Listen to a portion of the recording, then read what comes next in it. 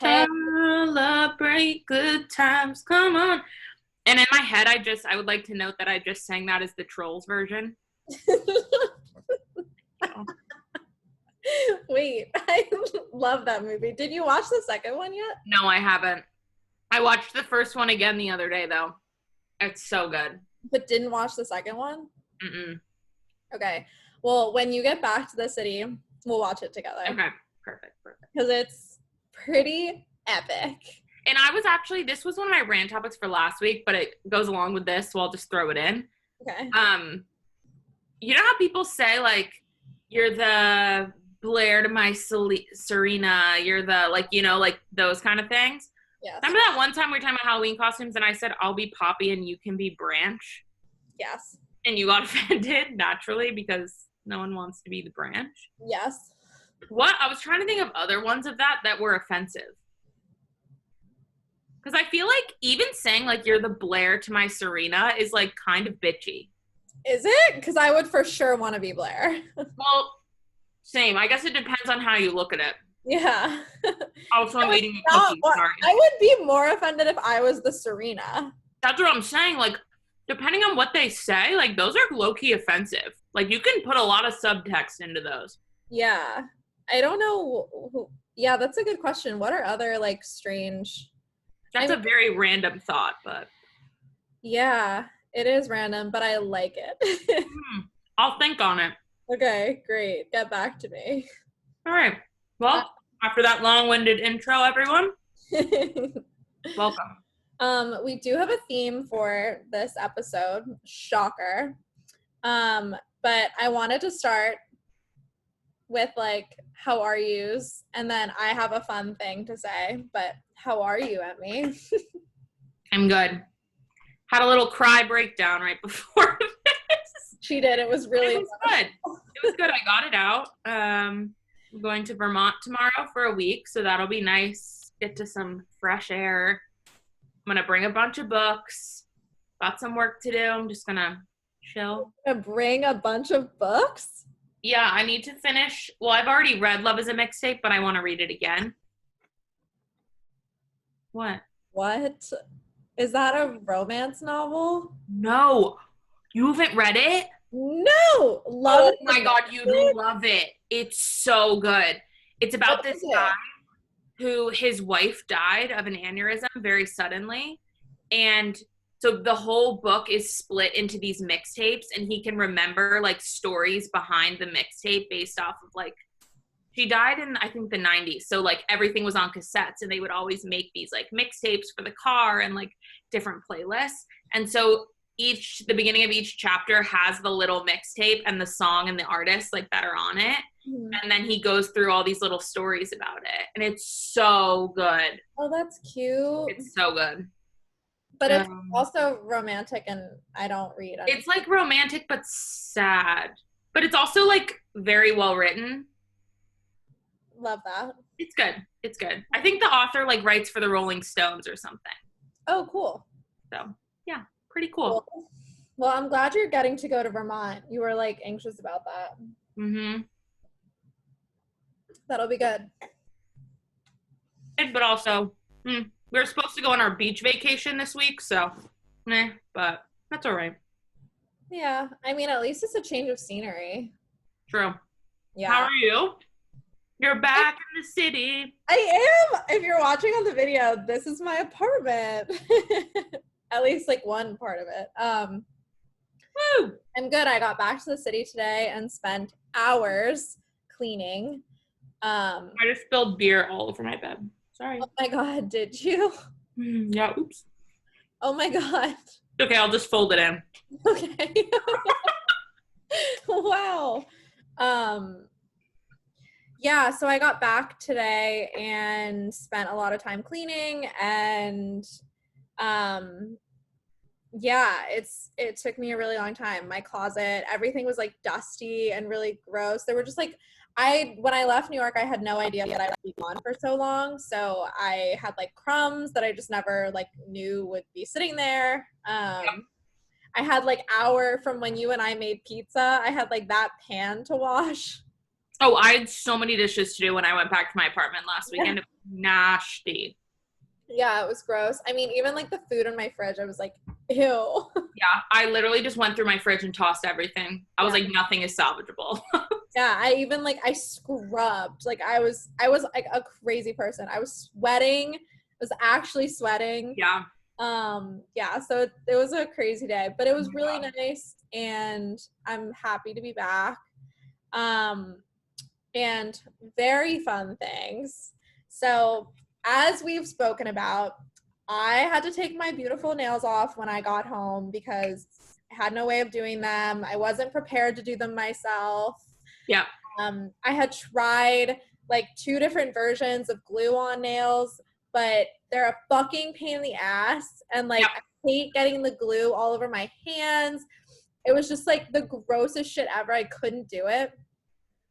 So I stopped doing that. My nails still look psycho. And so I invested money into this. Wow. So if you're not watching, this is a Tupperware. That's like my nail drawer in my room. Yes. Full of all nail things, including a light. I'm so excited to come play with it. Some art piece things. I love those daughter tools. Yes. Polishes, of course. Oh my god, I have those ones. The Beatles ones? Yes. Yes, those. They're really good. Some like liquid that I have to mix with powder. I don't fucking know. Monomer. Yeah. Yeah, so that's gonna be, and I have the nails, like the weird box that everyone has. I got that shit. I got the cutter to cut them shorter. I got the drills. The drill is a lifesaver. I cannot live without my drill.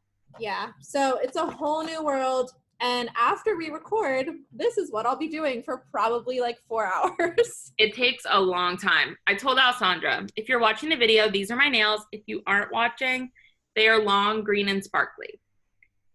I did them yesterday for, I kid you not, 5 hours because I did glue on like nails because I had little boy hands and I wanted long nails again.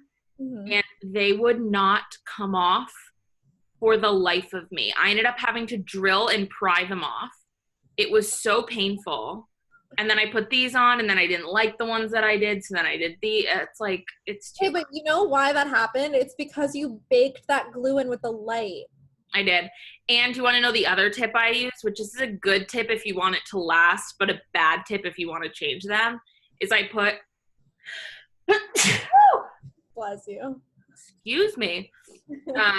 I put a little bit of gel polish in with the glue to bake it, which oh my god. You're insane.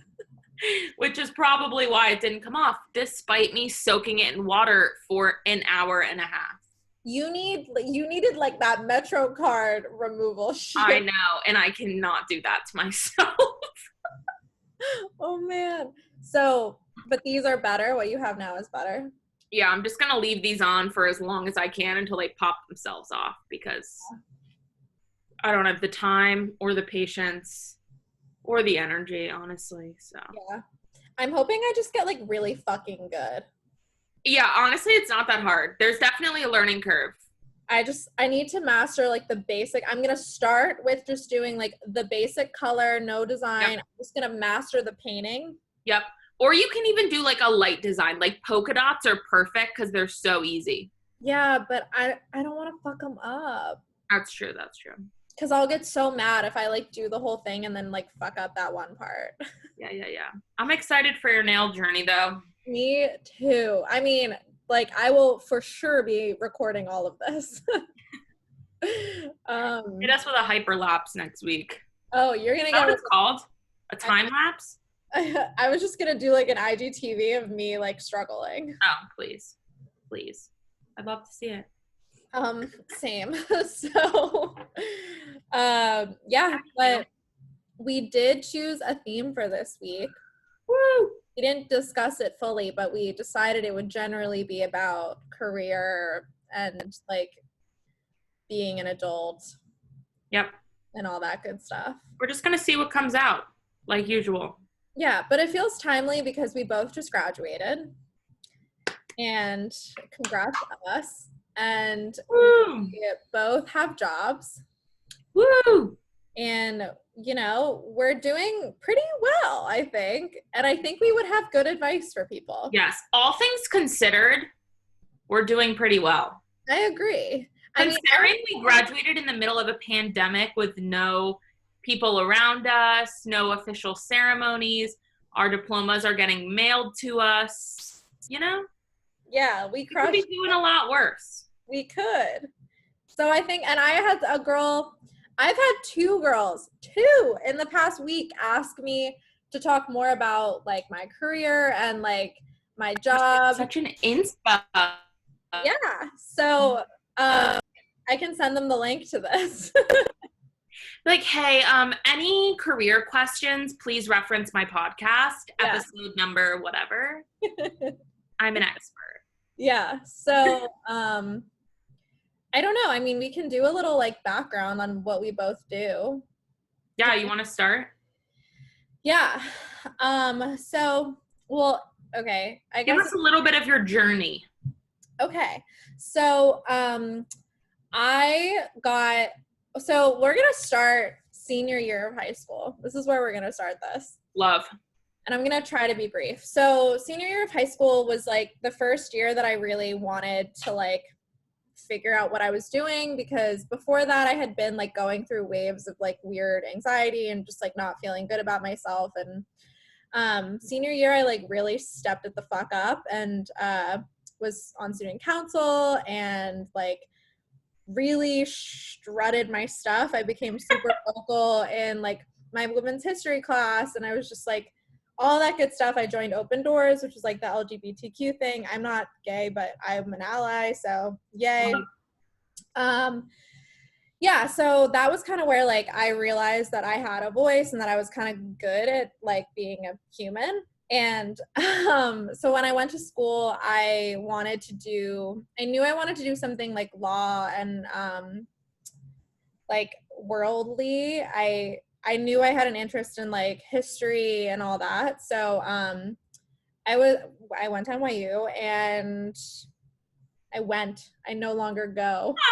I went to NYU. Oh my God. And yeah, for 2 years I was in like the LS like program, so it was just kind of general. It was like history, literature, all that good stuff. And then I decided to go into global liberal studies, which is more like pointed and about like advocacy, and it's very like law based.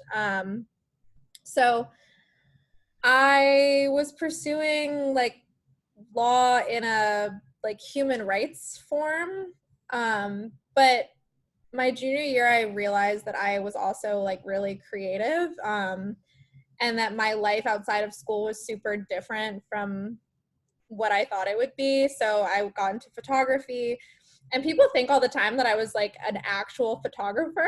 And I'm like, I wasn't. I was literally like, I would photograph for like modeling agencies at really low capacity. I was asked by like a few really small publications to take pictures, and like luckily those things just like really worked out. And the key was that I just became friends with all of those people. Yeah. And I would put it on my resume. Like what a lot of people do that I don't understand is like they'll do work and then they won't like talk about it. And I'm like, you should though, because someone will think that that's cool. Yeah, totally. Yeah, so I did that, and that worked out for me. And then it led me, actually, I did a shoot for this bag brand, really small, like only in New York, not a huge deal, but she ended up giving me an internship. I ended up leaving that like shortly thereafter, but that was the summer before, or the school year before I went to recess. So then before senior year, I went to recess and was a branding intern. Is that what we were called? Yeah. Yeah. Yeah. Branding, marketing, whatever. I feel like I did well at recess, and like I made friends with the team. I felt like it was a good. You totally. Yeah, and overall, like I took a lot of like learning. I feel like we both took a lot out of that. Like it taught me a lot about like systems and management and organization and just like how a company runs. Because prior Yeah. to that, I only had really small experience. Yeah. Um, but that those two experiences and just like being sort of entrepreneurial about like the photography and then the startup thing got me to meet my current boss, Diana, at Crown Affair, where I started as an intern, did really well. I was like one of 3 people on the team. And then I got promoted when we launched to marketing associate, which basically means I'll do whatever the fuck you want me to do. Marketing, but Yeah. it's like more than an internship. Honestly, it was basically the same thing, but it was just like better on my resume. But there I perfected like all of my kind of marketing skills and then eventually like honed in on community, and now I'm community manager as of like 3 weeks ago. And yeah, so I do that, and I also what's my other, and I also Jesus, I'm like, what do I do? And I also am in school. I actually just switched programs. I'm in like a more elite holistic nutrition school program right now. So I'll be like doing nutrition, hopefully like part-time to full-time in the upcoming months, taking clients. Yeah. Yeah. I also have a thing called the workshop where I write, but I haven't been able to work on it in a long time, so I don't need to talk about it. But yeah, that's me. That's a general like, hi, who I am. Love it. Go off. Mine is kind of similar to that in the sense of I'm definitely a workhorse, or like I definitely from a young age made myself much busier than I probably should have been. I started my sophomore year or my freshman year. Freshman or sophomore? No, my sophomore year of high school. Actually, freshman year, I tried out for the musical at my school. I really wanted to be in theater and be in the musical, and I didn't get in, which made me really sad. And so then I joined makeup crew, did that. The next year, I ended up getting a job at the elementary school I went to, and I was the stage manager for the kids production. And I was the head of hair and makeup for the plays in the musical at my high school. So I played field hockey in the fall and then did that in the winter, and then also worked alongside like I just had something going on basically the entire school year after school. And all through high school I was really interested in fashion. I took classes at FIT during high school. Me too. Ah! My God, can you imagine if, I know we weren't in the same class, but can you imagine if we were? Oh, it would have been so funny. But I took classes at FIT, really wanted to go to school for fashion business. Up until about October of my senior year, I was only going to apply to fashion schools. And then I had like a big breakdown of like, I can't do it. Like, I want to go to school where everyone's different. And like, I have a friend who's pre-med, and I have a friend who wants to be a doctor, and a friend, those are the same thing, but a friend who wants to go to law school. You know what I mean? Like, I didn't want to go to school with hundreds of just me. So I found Gallatin at NYU. And I basically just kind of shoved my foot into the door and started interning wherever I could get in fashion. Was at a designer consignment place, then was at a really small label, worked at this, it was like a woman, it was like merchandising, but it was a publication through mailers and catalogs. It was like really interesting and weird. But then I was scrambling for an internship, was interning or interviewing like crazy, couldn't find some place, when interviewed at Recess and felt like it really clicked, and ended up getting the job. Obviously, that's how I met you. I was the social, I know. I was a social media and analytics intern. So also marketing. I just did a lot of social work.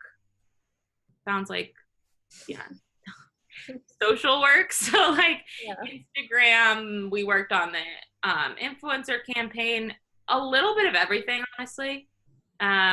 And then I went back to fashion, and then now I'm back in beverage at Drink Minna. And I love it. it definitely is not where I thought I would end up.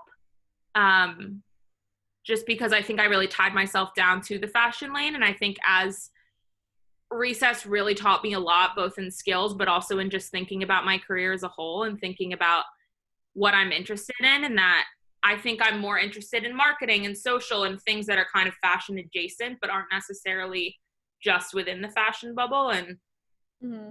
I'll always have a love for fashion, and who knows, maybe I'll go back and work there, but Yeah. enjoying what I'm doing for right now. Yeah. That's I mean, me. fashion is fucking brutal. Brutal. Yeah. Brutal. I mean, my only experience is working in retail for 2 years, but even that was like really painful. I did retail too. Yeah, I mean, it was brutal. But I think like my interpretation of you as a worker is like you're so hardworking, and I feel like you could work in any capacity. Like I just feel like you could do anything. Like I feel like you could do Yeah, social, you could also do like general branding. I feel like you could literally like do anything on a marketing team. totally. But I also feel like you need to work for a company that's like meaningful. Yeah. I mean, I feel the same way. Like I would never be able to work somewhere that like I don't care about. Yeah. No, totally. But and that's why I think you love Minna so much. Like I feel like as much as you can love a beverage, I feel like you really love the team. Yeah. I think that's the thing that I've learned too, is how much a team impacts, or the people that you're working with, how much that impacts the actual work you're doing. Yeah. In the fashion internship I was at right before Minna, I won't say names because I'm not going to be mean, but like it was genuinely one of the first times that I really didn't feel super comfortable with someone from the team. And Yeah. I've had jobs before where I didn't necessarily love what I was doing, but I loved who I was with. So it at least made it worthwhile, or I was still getting something out of it. Whereas I think when you don't enjoy what you're doing and you don't enjoy who you're around, it can make it a lot more taxing, and you don't learn as much either. Yeah, I mean, yes. Agreed. I think like leadership at a company is so important. I've my first internship ever with the bag company was great, and then like you learn a lot about someone. All I'm gonna say, and this has happened, a few times, is you learn a lot about someone when you try to take ownership of your career. Mm.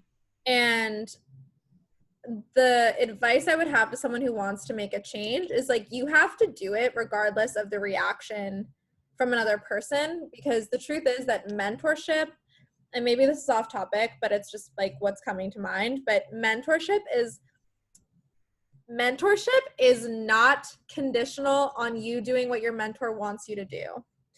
It is unconditional, whatever you want to do in your career. Like your mentor needs to be like, they shouldn't be provoking you to do what they want to do. And like I feel like that really shows with leaders sometimes, is like they want to take a mentorship role, of you as a professional, but then it's like, but what if you want to do something else?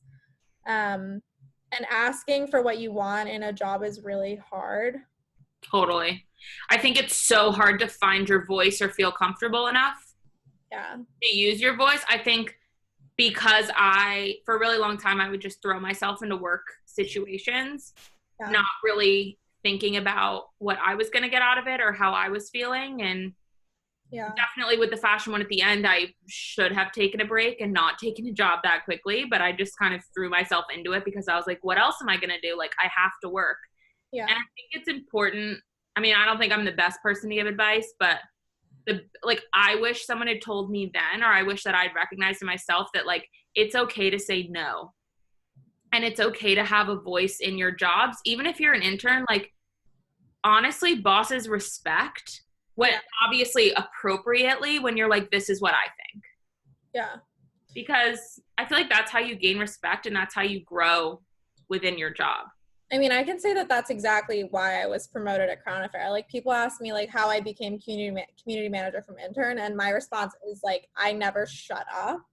Like I was really proactive. I had an opinion. I acted on those opinions too, which is really important. Like if you have a random opinion and you do nothing about it, that says nothing. Like Yeah. you have to actually like do actionable things. Like there need to be visual results. Like there needs to be something that you can say you did.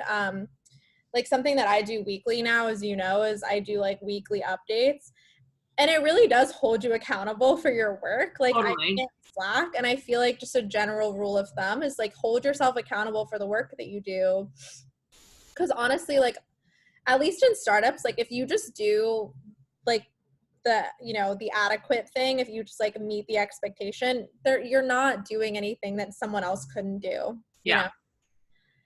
Yeah, I get that question. I've gotten that question a few times, just like, how does it happen? And I'm like, well, one, a connection, and two, being really good at what you do. Like, yeah, you have to be, you have to be able to learn on the spot.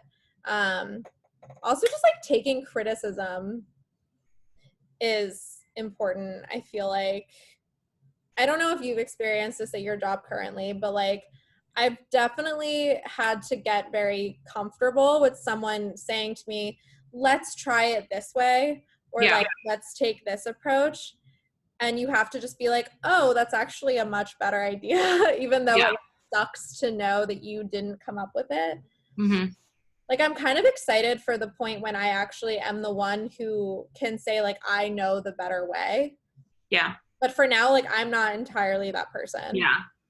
And I think too, like, obviously no one's perfect, and so much of a job is like that working relationship with who you work with, and whether it's with your boss or other people on the same level of you as you, or people who are even below you, like so much of it is about being able, I think open discussions are really important, especially in the workplace, because I think when communication is cut off, that's when things start to go awry. Yeah. And I think it's just all about learning from people around you, and like it's okay to be wrong sometimes. And it's okay to say like, oh, maybe we can try this way. Like I think try not to take things too personally. Yeah. Which is not to say that like things aren't going to happen that are inappropriate or like overstepping a line, but I'm really lucky now to have a boss who provides such an open channel of communication and really wants to see me grow and wants to see me succeed and gives me the room to do that. I think it's really frustrating to have someone above you who constantly holds your hand or doesn't trust you enough to like let you explore something. Because even now, sometimes he'll say like, oh, we can try this, and I'll sketch it out and we'll think about it and be like, oh, this isn't really working. Let's try it this way. Yeah. And it doesn't mean that I did it wrong. It's just, we got to try again. Yeah, that's really good advice. I mean, there is a fine line between micromanaging and leading. Totally. Like, you kind of have to know, something I've learned is like, you have to know who's working for you and like how they work, because sometimes when you micromanage, you're actually stepping on their confidence and you're not allowing them the space to do better work.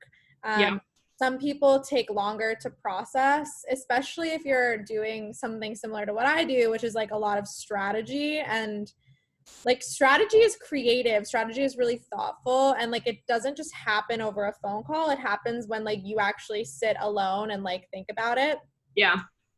And I've definitely gotten frustrated with like the micromanaging thing, and you just have to kind of like advocate for yourself. I mean, the number one thing like I could say is you have to advocate for yourself. Have you considered, like, I know obviously like you're my friend, you know that I've like gone through waves of changing my role and like I'm doing the nutrition thing.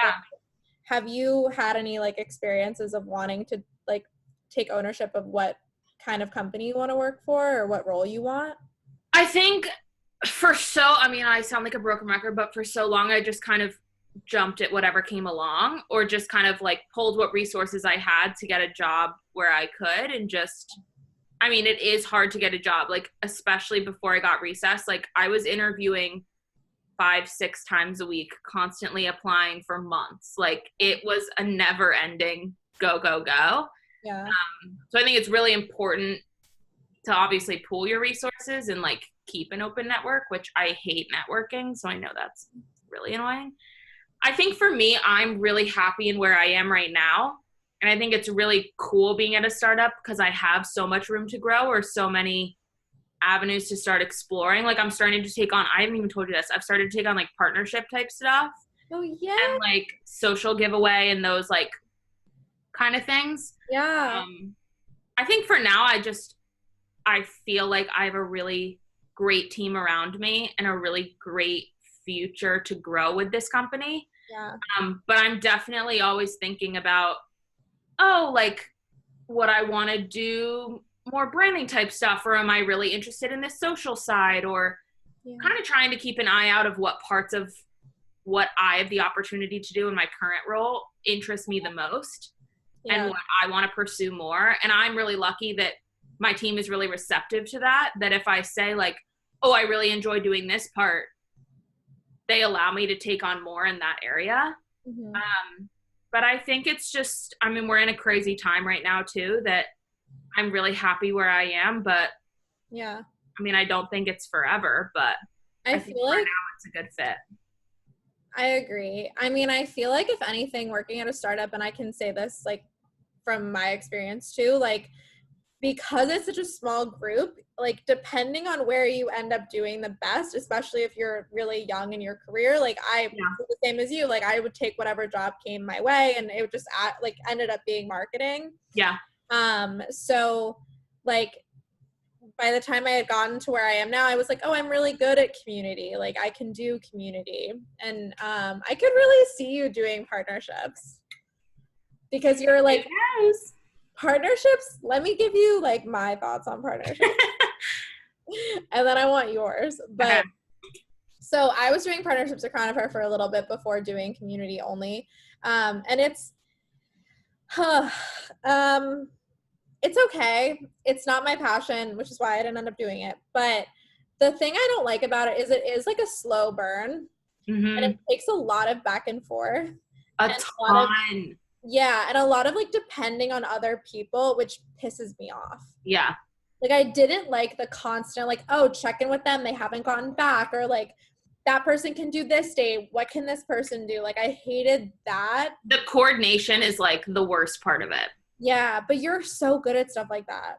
Yeah, no, I enjoy organizing and like, I mean, I've been researching a lot of brands for like upcoming giveaways that we want to do or different campaigns, which is actually really fun to then like, it sucks when they don't get back to you, but like, I don't know. Yeah.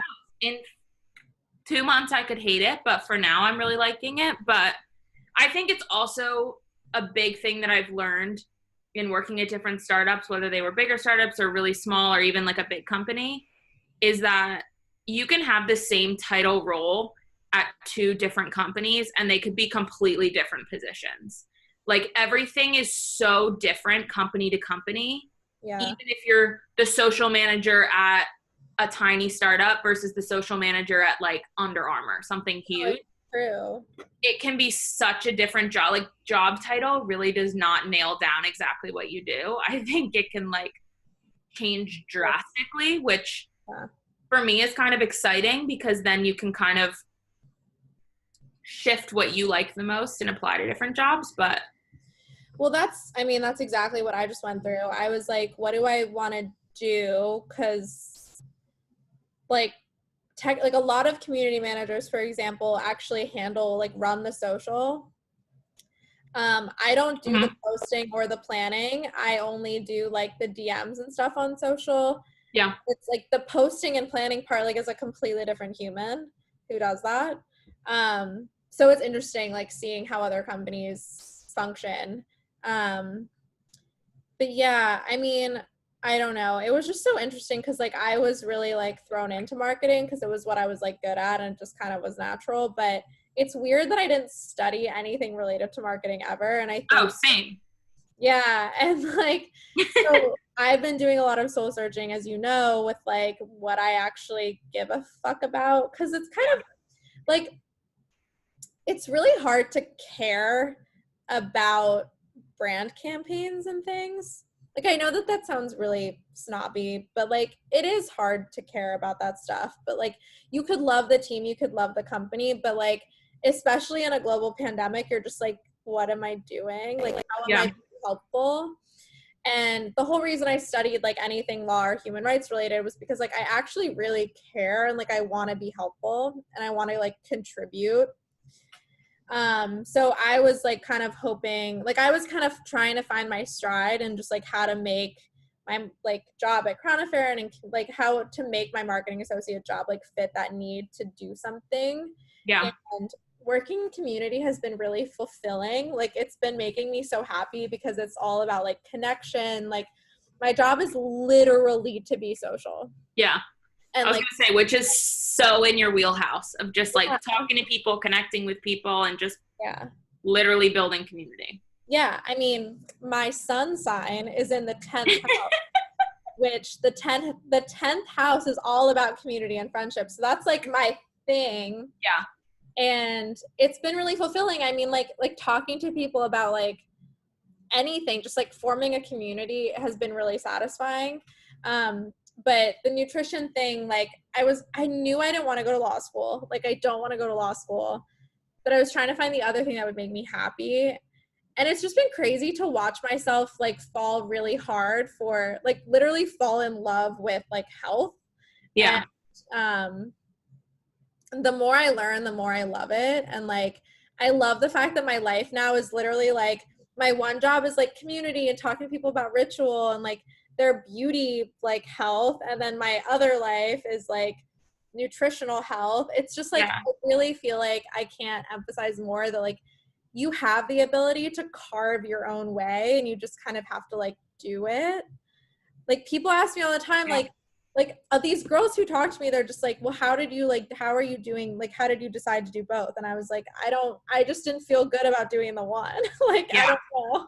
I think that's one of the biggest things that I so creepy, but that like I noticed about you first and that I really like even to now admire a lot is like when you know what you want, you go for it and like you act on it, which I'm the type of person that's like, oh, maybe one day. It's like that's the Pisces in me. I'm like, oh, it'll happen, whatever, push it off. Whereas you, like, even the workshop, you were like, no, I'm passionate about this. I'm starting it. Like, why wouldn't I? I Yeah. mean, that's how we ended up wig shopping at 10 a.m. was like, no, Yeah. let's go do it. Let's just go. Which I think is a really great quality to have, especially in the marketing type fields that we're in, of like being a go-getter and someone who, even if you don't know how to do something, isn't afraid to go out and learn how to, or if something isn't working right, like you're the first person to jump in and be like, no, I'll figure it out. Aw, you're so sweet. It's true. Aw. But honestly, it's really fucking hard. I mean, like, So hard. it's really hard. It's like painful to make changes. Like, especially going from like knowing you have a full-time job, like your whole life, you're like, I'm gonna go to college and then I'm gonna graduate and I'm gonna have a full-time job. Like, Yep. that's what you think. And like, I literally was graduating and was suddenly being like, no, cut my hours in half. I don't want that. And like, that was fucking scary. Like, it's Yeah. really scary. And like, I don't know how to help with the scary part of it. Yeah. But honestly, and I've said this to a few people, like, and you definitely, like, everyone experiences this. Like, every time you're disappointed or scared of something, the next thing is always better. Yeah. Always. I mean, always. Yeah. Like, you date a shitty guy for 2 years. You get out of that relationship, and then, like, the random guy you talk to on Hinge is, like, somehow, like, 50,000 times better. Like, Shout out our number one fan. it just I mean, like, not to say that that's serious or anything, but it happens. Oh, like, yeah. every time I've been disappointed, like, okay, for example, did you know that I applied to Gallatin Did you? as a freshman? Aww. But they put me in LS, and I was like, oh, you bitches. And at first I was like, oh, that sucks. But that was like the best thing that could have happened. Yeah. Because it got me here. Like, Yeah. you just don't know. Yeah, and that's something that I struggle with a lot is like trusting the process and just kind of going with the flow to an extent. But like, if something feels like it's going wrong or that it feels like it's the end of the world, it's probably not. And there's something good coming around the corner, and that like there are going to be times when you feel scared of something, and that's okay. It is, but it's funny, like I actually don't ever feel like I'm going with the flow. Yeah. Like I feel like going with the flow looks very different for each person. I just don't feel like I ever trust the process. Like I actually don't. Like the minute I start to feel like something's wrong, I fucking shift. And this is what my therapist says about me. He's like, you really are an extreme human. Like the minute I don't feel good about something, I mean, other than toxic relationships, evidently, the minute I don't feel good about something, especially work-wise, like I take an extreme change. I don't think it over. Yeah. And that's definitely not good, but it's like worked a little bit. So I'm kind of like, maybe trusting the process is not the best, but maybe the trick is like follow your gut immediately and like do what feels good right then and there, but allow yourself like that moment after you do that to like lie in that bed that you've made. Yeah. Yeah. That's the thing. Like I'm willing to make that change, but it's the part where you actually have to sit with it and be like, I just did this. That's really tough. Yeah. Totally. Yeah. But career is weird, and I feel weird about the whole thing. Wow. I just feel like there's no roadmap to it, and it's such a different journey for everybody else. And yeah. You just like don't have to know. No. I still feel like I don't know. People are like, what's your dream job? And I'm like, I don't know. Like it changes every day. Like I don't know. And I think that's okay. It's scary to not know, or like you feel like you have to have everything all figured out, but it's okay to feel a little lost or feel a little unsure. Yeah. Still feel good about what you're doing, or still feel confident in like the jobs that you're doing. I used to get pissed off. My ex, one time we got dinner, we were on a beautiful date, and he goes to me, so like, what do you want to do? Like, what's your dream? Like, where are you trying to be? And I hate that question. But I was just like, oh, and I felt really confident about my answer. I was like, oh, you know, like, I'm really enjoying this. Like, I'm excited to see where it takes me, like, blah, blah, blah. And he was like, well, that's not really an answer. And I was just like, is it not, though? Like, would you rather me have some, like, unrealistic expectation that'll, like, inevitably crush me? Yeah. Or me, like, enjoying the road? Like, I don't know. Yeah. I'm happy right now. Like, what is so wrong with that? Yeah. I mean, it's good to have goals, but like, oh, totally. You are also allowed to just like not totally know and feel good about where you are. Yeah. Some people don't even know until they're 10 years into their career and have a big career shift. Yeah. And you don't want to wait that long. That's what I was afraid of. Yeah.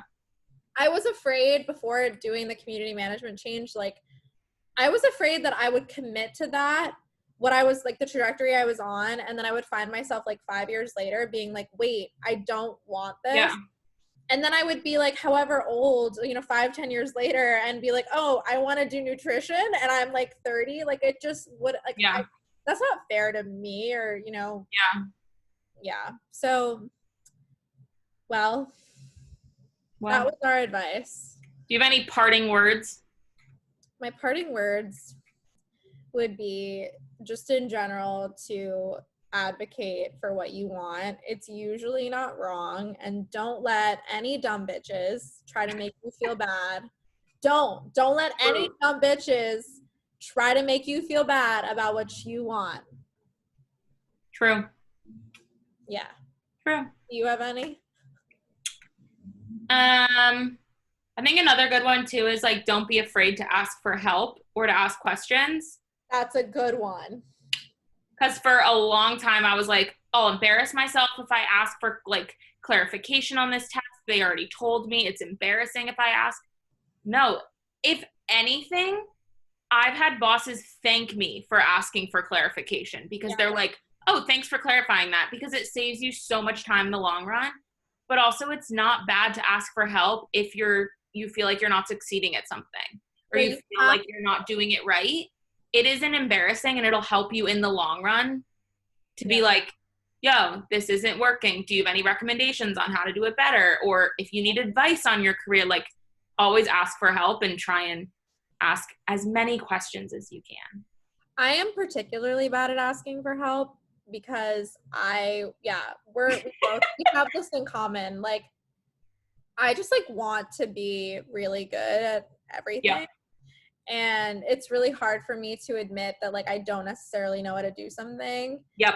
And the truth is, like, so my project manager or operations person on our team said to me, like, you need to ask for help. And I was like, yeah. And that's just something I've been working on. And it's resulted in me knowing how to do decks better, know how to communicate better. Like, there's nothing that can come wrong of it. Like, you have to ask for help. That's really good advice. The worst thing that can happen is that you are in the same confused state as you started in. Yeah. Like, no one's going to yell at you for asking a question. No. If they do, like, then they're a bad manager and you should, like, boot your booty out of there. Yeah. Yeah. Well, that is all. That's our time. Bye, guys. Bye.